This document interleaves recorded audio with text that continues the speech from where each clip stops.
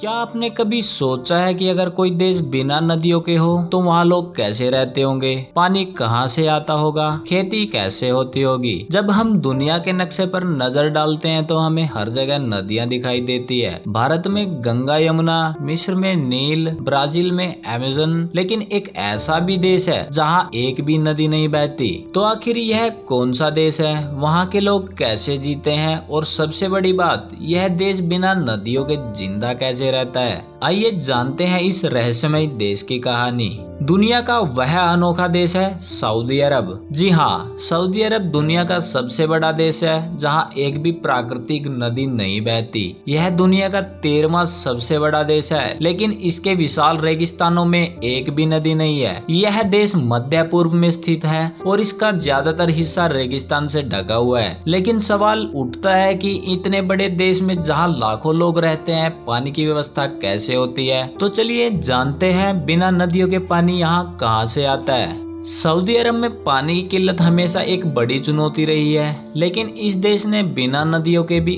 अपने लोगों को पानी उपलब्ध कराने के लिए कई अनोखे तरीके अपनाए, जैसे कि समुद्र का खारा पानी मीठा बनाना। सऊदी अरब दुनिया का सबसे बड़ा डिजैलिनेशन करने वाला देश है। यहाँ 30 से ज्यादा डिजैलिनेशन प्लांट्स हैं जो रोजाना लाखों गैलन पानी को शुद्ध करके लोगों तक पहुँचाते हैं। आइए जानते हैं दूसरे अनोखे तरीके के बारे में। हजारों साल पहले यहाँ बारिश के पानी से बने गहरे जलाशय थे। आज भी सऊदी अरब के लोग इन प्राचीन भूमिगत जल स्रोतों का इस्तेमाल करते हैं। तो आइए जानते हैं दूसरे अनोखे तरीके के बारे में, जो है भूमिगत जल भंडार। हजारों साल पहले यहाँ बारिश के पानी से बने गहरे जलाशय थे। आज भी सऊदी अरब के लोग इन प्राचीन भूमिगत जल स्रोतों का इस्तेमाल करते हैं। तीसरा अनोखा तरीका है कृत्रिम झीलें और जलाशय। यहाँ सरकार ने बड़े पैमाने पर कृत्रिम झीलों और डैम्स का निर्माण किया है, जहाँ बारिश का पानी इकट्ठा करके इस्तेमाल किया जाता है। और अब बात करते हैं चौथे तरीके के बारे में, जो है पानी के टैंकर और पाइपलाइन सिस्टम।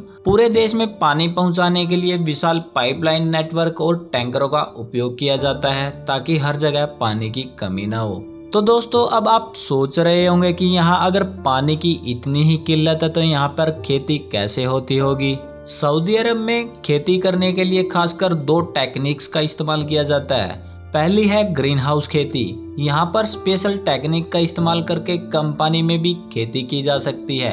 और दूसरी है ड्रिप इरिगेशन। यह एक ऐसी टेक्निक है जिसमें पौधों को बिल्कुल जरूरी मात्रा में ही पानी दिया जाता है, जिससे बर्बादी ना हो।